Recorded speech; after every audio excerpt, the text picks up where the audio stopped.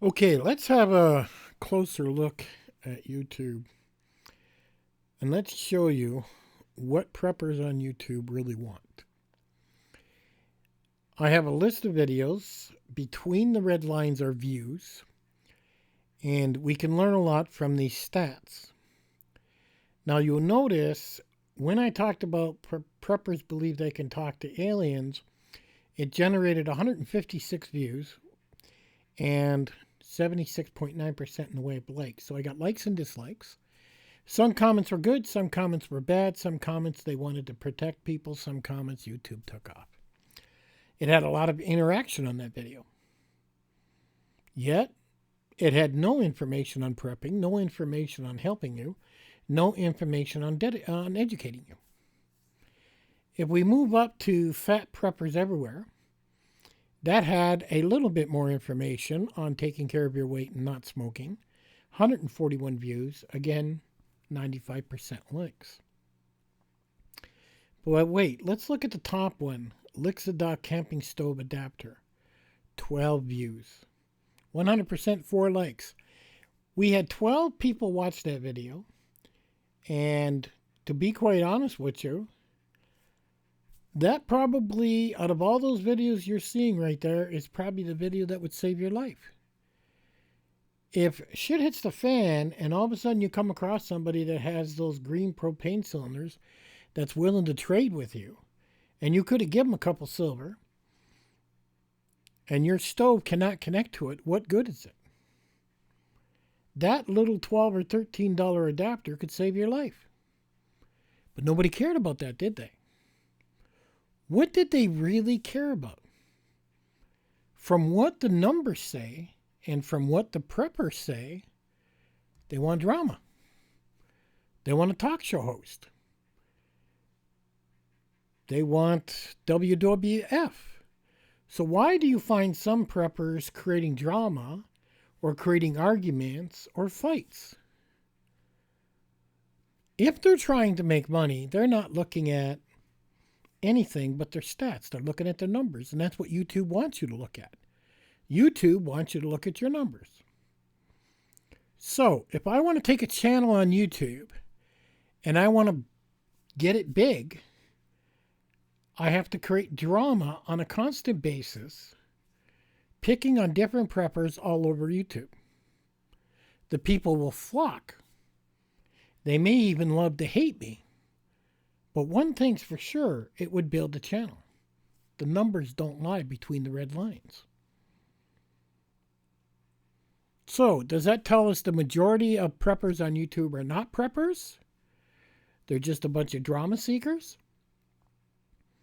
Does that tell you... Now, this doesn't work completely for all channels. I mean, it doesn't work for channels that have been around for 20 years. In the beginning, people really did want to learn how to actually do things properly, and they cared. Sometimes you get lucky as a channel and you end up on some TV show, and then they've advertised a crap out of your channel, and all of a sudden you end up with 100,000 subs. But for somebody on YouTube just starting out, or somebody's been on YouTube a long time and really hasn't gone anywhere, what do these numbers say?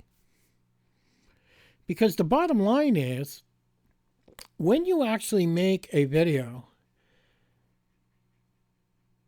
that literally tweaks somebody's nerve string or gets them going, they will share it. They will say, check this out. Oh my God, you got to see what's going on.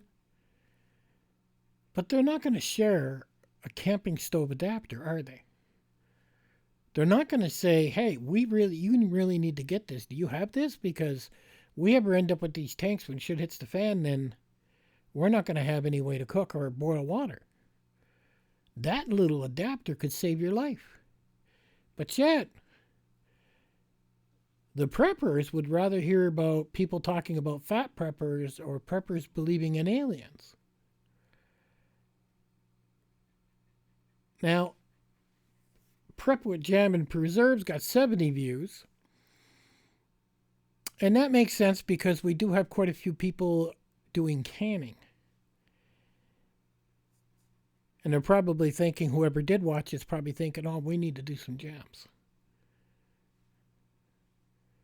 Bug-out bags cut in half. I do understand that one. That one's pretty much been talked to death, although I don't think the video was good. I think the comments were good. If you haven't watched the comments in Bug-out bags on my channel, I suggest you do. I mean, the comments were just full of information. And I do plan to make a follow-up video on that. And I did tag one guy and put him at the top because his comment was just, he was dead on. And I found that amazing. So the numbers are there. Believe what you want. Call me an idiot. I don't care. What do you guys think? Do you not think that a stove adapter could save your life if you ended up having to trade for those propane tanks and you can't use them? This shows you what people are interested in. And it's not hard to figure out. So in other words, all the preppers out there, well, 156 of them, are saying, we want drama. And that's what they're attracted to. Which goes to extend to why are preppers regurgitating news? Well, you think about what people watch on the news, it's always something bad or something crazy. You know, it's never about changing the world or making it a better place to live in. Like I seen a news story about a 71-year-old vet that had gotten shot twice and lived, that was living homeless in a tent in California. 71 years old. I was like, oh my God. Can you imagine how horrible that is? But the story generates a mood in you, but it doesn't generate a change. As people, we will turn around and get upset over 12 or 13 people dying coming home from Afghanistan because the news plastered it everywhere. But yet, we've got vets from Vietnam, Iraq, sleeping on the street in a tent. Why doesn't that make us outrageous? Why are we not in the streets protesting that? Yet you see Black Lives Matter, they're protesting for just about anything. And because they're grouped together and they have formed, this mass army, changes happened. I mean, statues were taken down, everything.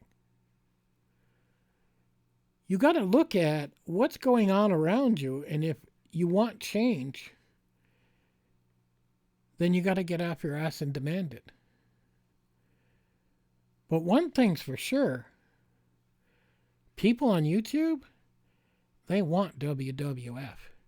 You are better off to get a hold of a buddy on YouTube, another prepper buddy, and say, okay, here's what we're going to do. We're going to act like we're pissed at each other. We're going to call each other names. We're going to make videos about each other. And then 3 months later, we're going to make up. Isn't that what the tabloids do? And the actors and the actresses? They get married, they get divorced, they get married, they get divorced. It's the same thing over and over. So as a people, are we getting better? Or are we getting worse? From what I'm seeing in the views, it looks like we're getting worse. So what do you guys think? Quite interesting. I'll catch you guys on the next one.